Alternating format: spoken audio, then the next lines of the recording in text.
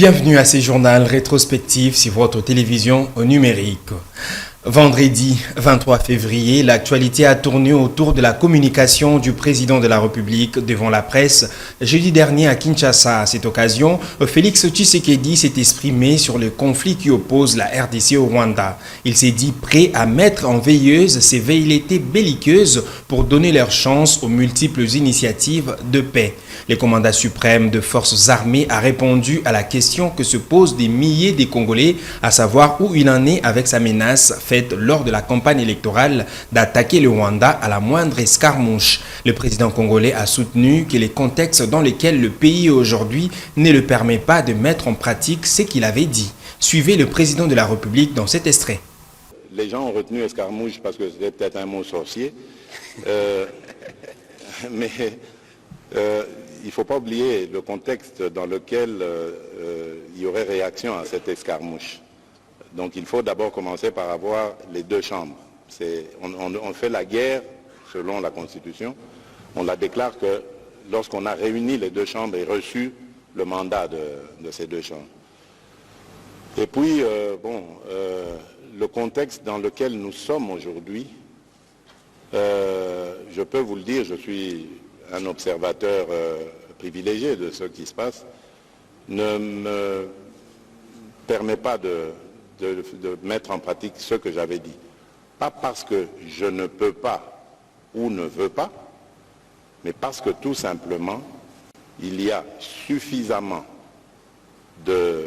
d'initiatives qui font que observer la paix est une attitude beaucoup plus sage que de se mettre en posture de guerre. Il y a par exemple l'initiative du président João Lourenço. Je vous ai dit que le mardi prochain, je serai le premier à lui rendre visite avant qu'il ne reçoive le président rwandais. Il y a l'initiative du président de la communauté économique d'Afrique de l'Est, pas économique, le président Salva Kiir, qui a la présidence en exercice pour le moment de notre organisation régionale, qui va venir à Kinshasa et après aller aussi à Kigali et Bujumbura, etc. Donc, il y a l'initiative américaine. C'est pour ça que j'ai insisté au début pour dire qu'il ne faut pas vilipender forcément les États pensant qu'ils ont pris fait et cause. Il faut faire très attention. Ce n'est pas toujours visible les efforts comme ceux-là, mais ils sont d'une certaine efficacité. Et ici, ma priorité à moi, comme je l'ai dit, c'est la paix. Je la veux, la paix. Je veux la paix définitive pour mon pays et mon peuple. Et pour ça, je suis prêt à accepter de mettre entre parenthèses mes velléités belliqueuses aussi. Elles doivent sortir en moi. Donc je les mets d'abord en pause parce que je veux donner la chance à la paix. Le même vendredi, vous avez également suivi la réaction du président de la République, Félix Antoine Tshisekedi, sur la polémique autour de sa décision autorisant le membre du gouvernement Jean-Michel Sama à expédier, les affaires courantes. À l'occasion, le chef de l'État a déclaré qu'il n'est plus question pour les acteurs politiques d'empocher deux émoluments. Suivez une fois de plus le chef de l'État. La Constitution, non, je n'ai pas l'impression, madame, le mot est trop fort. Je n'ai pas l'impression d'avoir violé la Constitution. Je suis guidé, vous devez le savoir, je suis guidé par un seul idéal.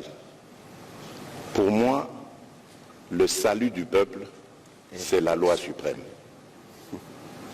Pour moi.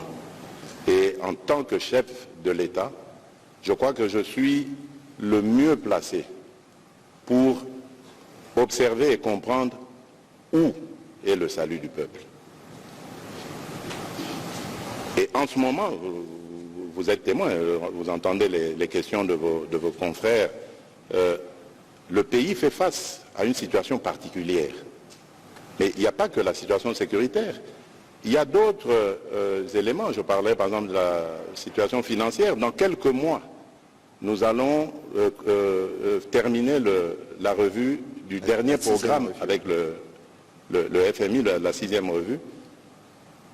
Mais c'est un moment historique et hyper important pour la République démocratique du Congo. Et vous voulez qu'en ce moment, parce qu'il y a eu un règlement que je ne critique pas, que je ne condamne pas, à l'Assemblée nationale, qui exige au ministre de se déterminer dans les 8 jours, vous voulez que nous mettions le pays en difficulté, dans une situation de fragilité par rapport à la situation sécuritaire, par rapport à la situation financière, mais il y en a d'autres, même la budgétaire, parce que le budget qui va être voté en fin d'année, c'est maintenant qu'il commence à se préparer. Et il y a plein d'autres éléments comme ça que je peux... la situation diplomatique, parce que notre VPM Affaires étrangères et son adjoint, le vice-ministre, sont tous les deux élus, ils doivent partir. Mais nous avons un front diplomatique sur lequel nous sommes déployés. Vous voulez qu'on mette tout ça en question parce qu'il y a eu un règlement... mais non, j'ai demandé conseil aux juristes. On m'a dit qu'il y a aussi l'article 110, je pense, de la Constitution, qui stipule que lorsque le Premier ministre dépose son gouvernement, il expédie les affaires courantes immédiatement après. C'est ce que je lui ai demandé. Et je tiens à préciser ici, pour rassurer nos téléspectateurs, l'opinion nationale, qu'il ne sera pas question de toucher 2 émoluments. Hors de question. Ceux qui restent au gouvernement, ils se font remplacer à l'Assemblée nationale par leurs suppléants. Jeudi 22 février, l'actualité était axée sur une déclaration d'une synergie des jeunes patriotes congolais et qui ont dénoncé les silences coupables de la communauté internationale face au massacre de Congolais dans la partie est de la RDC. Ces collectifs des jeunes patriotes congolais s'étaient réunis le même jeudi à l'échangeur des Limités ici à Kinshasa, ceci pour dire non à l'agression rwandaise dans la partie est de la République démocratique du Congo. Suivez leur déclaration ici lue par l'un d'eux au micro d'Hilaire Nyoka. Déclaration patriotique. Nous, peuple congolais, rendons grâce à Dieu des armées de nous avoir légué ce beau pays et de nous avoir donné ce président qui a la volonté de faire différemment ses prédécesseurs.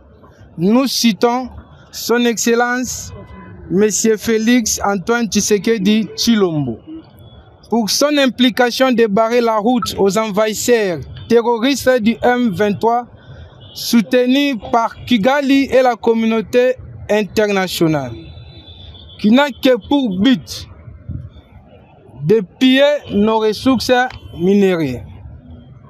Le peuple congolais crie Aou et dit non à toute forme de massacre génocidaire venu du Rwanda. Voici plus de 30 ans que se vise un génocide silencieux du peuple congolais dans sa partie est et aucun signal fort de nos partenaires internationaux pour mettre fin à cette barbarie du XXIe siècle. Ainsi, nous réitérons notre confiance au président de la République, chef de l'État et commandant suprême des forces armées de la République démocratique du Congo, pour sa détermination à mettre fin du dialogue avec les terroristes du Rwanda et ses alliés. Nous disons plus jamais seuls. Que Dieu bénisse le chef de l'État, son Excellence, M. Félix Antoine Tshisekedi Tshilombo. Que Dieu bénisse les FARDC.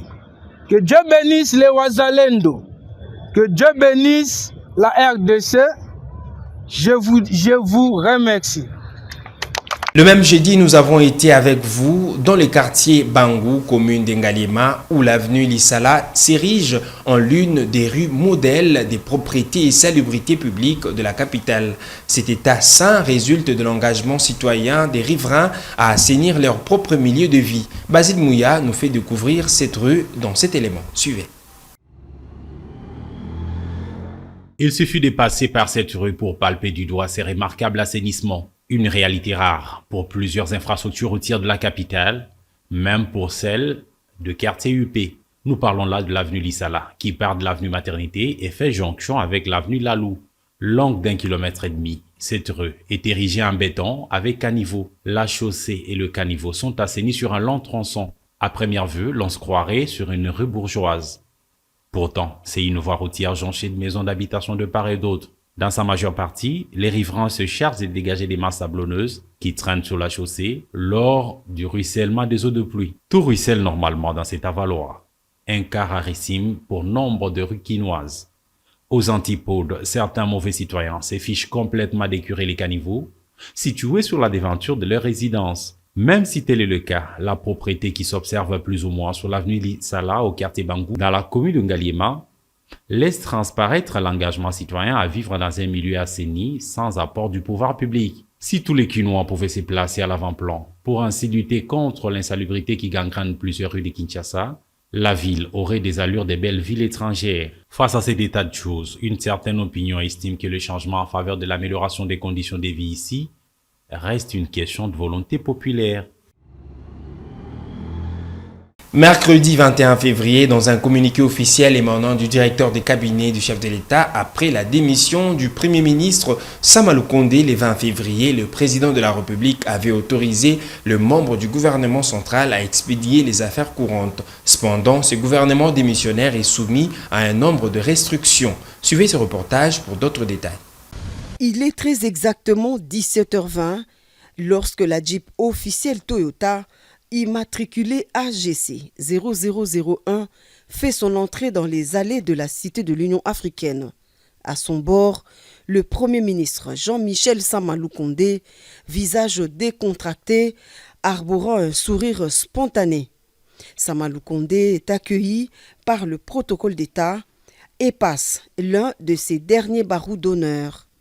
À quelques heures de la fin de l'exigence du choix à opérer entre le mandat législatif et l'exécutif lancé par le bureau provisoire de l'Assemblée nationale, le Premier ministre élu député national à Kasenga, province du Haut-Katanga, s'est voulu plutôt conformiste. Au nom du gouvernement qu'il dirige depuis 3 ans et 5 jours, avec à son actif 125 conseils des ministres, le Premier ministre a présenté sa démission au chef de l'État, Félix-Antoine Tshisekedi Tshilombo, garant du bon fonctionnement des institutions de la République. Samalou Kondé démissionne conformément à l'article 108 de la Constitution. Le président de la République a pris acte de cette démission. C'était une rencontre conviviale où le président de la République a pris acte de cette décision qui a été prise. Et c'était pour nous une occasion de le remercier. Remercier d'abord sur le choix qu'il avait porté sur nous, mais également, au-delà de ce choix, sur la collaboration qui a été faite de manière très loyale, en tout cas de moi vis-à-vis de lui, et qui aura permis à ce que, sur les missions qui auront été données au gouvernement que je dirigeais, notamment sur les questions sécuritaires, les questions d'éducation, les questions de la santé, les réformes économiques et financières et finalement le social, nous avons pu l'accompagner dans sa vision, en tout cas sur l'amorce surtout des grands chantiers qui lui sont chers. Cependant, tenant compte de la situation particulière que traverse le pays et en attendant la formation du nouveau gouvernement, le président de la République a demandé au Premier ministre et aux membres du gouvernement d'assurer l'expédition des affaires courantes conformément à l'article 6 de l'ordonnance numéro 22/002 du 7 janvier 2022 portant organisation et fonctionnement du gouvernement. Nommé Premier ministre le 15 février 2021, Jean-Michel Samalou Kondé a succédé à Sylvestre Ilunga Ilunkamba à l'issue des consultations nationales qui ont donné lieu à la création de la plateforme politique Union sacrée de la nation. Et puis, Jean-Marie Kassamba, président provincial de l'Union nationale de la presse congolaise, UNPC, section Kinshasa, a animé une conférence au Centre supérieur militaire le mercredi 21 février face à la nouvelle promotion des officiers de l'école des guerres. Les détails dans ce reportage de Billy Kabidi. Ayant pour thème « Rôle des nouveaux médias en situation de guerre », Jean-Marie Kassamba a répondu plusieurs questions clés telles que comment gérer la crise militaire grâce aux nouveaux médias. Il a également répondu à la question selon laquelle comment et qui peut gérer les nouveaux médias militaires en période de guerre. Ça fait 3 ans effectivement que je viens ici à l'école de guerre depuis sa formation, sa mise en place pour former notre armée à l'art de la guerre, au pilotage de toutes les opérations sur le plan stratégique. Le volet que j'exploite ici souvent, c'est la communication. Aujourd'hui, nous avons parlé essentiellement des médias et surtout des relations que les forces de défense et de sécurité peuvent avoir avec la presse, mais également de toutes les opérations de communication qu'ils peuvent faire, comment les faire d'une manière opérationnelle. Quelques militaires ayant pris part à cette conférence ont posé la question tant sur la forme que les fonds des informations à traiter. Il y a encore beaucoup de choses à faire au niveau de nos forces et des médias. Pourquoi? Parce que parfois l'armée considère les médias comme des adversaires, des intrus, des gens qui peuvent désarticuler leur travail. Je leur ai expliqué que le média est un partenaire pour l'armée. Il faut donner les moyens à l'armée de faire de la communication. Les services de presse de l'armée éprouvent encore des difficultés. Donc, c'est pour à la fois les rassurer, mais surtout leur dire ce qu'ils doivent faire pour que notre communication soit plus efficace. Après un échange de plus d'1 heure, Jean-Marie Kassamba a fini par expliquer la relation qu'il doit y avoir entre les professionnels des médias et l'armée. Il s'est aussi attelé sur les moyens qu'il faut mettre à la disposition de l'armée pour le bon fonctionnement de celui-ci. Mardi 20 février, nous vous avons proposé la réaction de la conférencière et formatrice congolaise Bangalwa Nabushi Odile sur la décision de Mireille Massangou, ministre du Genre, Famille et Enfants, interdisant le port des pagnes lors de la célébration de la Journée internationale des droits des femmes célébrée chaque le 8 mars. Bangalwa Nabushi Odile suggère à l'autorité des tutelles d'étendre vers les mesures d'assistance humanitaire en faveur des victimes sans s'en tenir à la symbolique pour dénoncer l'agression rwandaise. Suivez son intervention au micro d'Henri Nguindou. Franchement, impact par rapport à bambongo wana bakosoma babubu a cher basapato a cher bakosia bakabelo babiloko biloko nyonso wana bakalikele bambongo wana nyonso batinda yango kuna ou bien acheter la nourriture, les matelas, les draps. Il y a personne qui peut dire nous les mamans là biso basi a mikondi tozo ata 500 enfants o baboti bakufi tozo bango totongela bango esika totia bango na kisasa bavanda po bavivre ngana zana eloko te mena boko la kabana bongo ba o bazana mibalo bazana bambongo ebeli font quoi. L'avenue Nyangwe, dans son tronçon allant de l'avenue Mouchi jusqu'au rond-point de l'avenue des Huileries, dans la commune de Lingwala, s'était transformée en lac. Cette situation avait demeuré intacte pendant plus de 2 semaines, situation qui avait inquiété non seulement la population de ces quartiers, mais également les conducteurs tant des transports en commun que des motocyclistes. Les précisions dans ce reportage de Billy Kabidi et Gloire Baker. Nyangwe, une avenue à la fois commerciale et principale dans la commune de Lingwala, ressemble à un lac après chaque tombée de pluie. Une situation anormale à première vue, mais qui semble devenir normale tout doucement selon les explications de la population. Sodome, Gomorrhe, qui s'assemble tellement boy.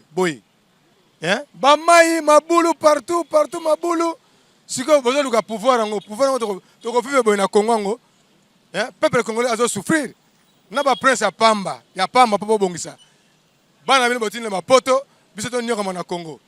Na sepelité. Mokonzi yo moko président de la République tala likamboyo. Tolembi, j'en ai marre. Tolembi. Quelques motards qui travaillent sur ces tronçons déplorent la mauvaise foi des autorités car selon eux, ils payent régulièrement la taxe mais ne comprennent pas pourquoi ces calvaires persistent.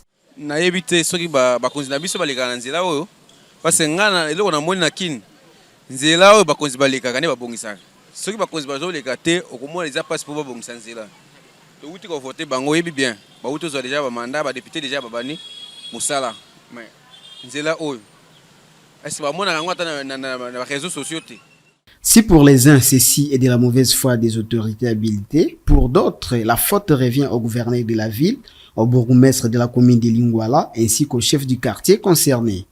Boye bien, gouverneur ngoy msaleni. Bourgmestre na ye msaleni. Chef du quartier atako mona nazo mona. Ba mona ndakate. Musana bango nini? Kaka chef de l'état longwa kuna aya suko sala msala oyo. Bango musana bango nini? Do bali mbongwa pamba. Chef de l'état asala ayeba apona batu ya bien balo ba oyo boyete. Une situation qui perdure voilà une semaine déjà et la population appelle les autorités pour des solutions urgentes afin que les pires n'arrivent.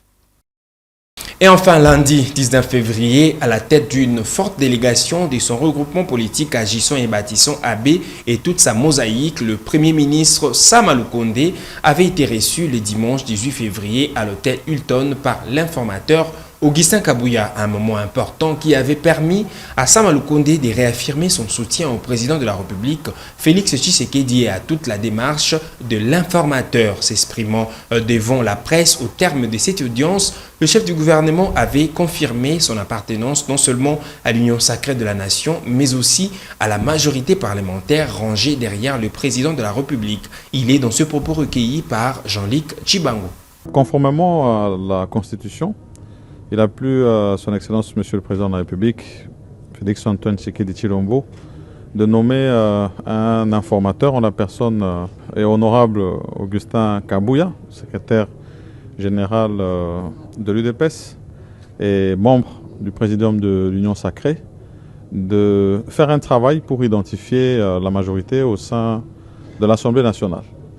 Pour nous, nous sommes venus dans cet exercice simplement pour formalité, car nous nous étions déjà organisés comme formation politique AB et Mosaïque, qui comprend la Force Agissons et Bâtissons et deux autres regroupements, notamment l'ADA et l'ANB. Nous avions déjà affirmé notre appartenance non seulement à l'Union sacrée, mais nous nous sommes engagés dans le combat électoral pour la victoire alors du candidat numéro 20 et qui a pu l'emporter et qui aujourd'hui a prêté serment comme président de la République le 20 janvier dernier. Il s'agit de son Excellence Félix Antoine Tshisekedi Tshilombo.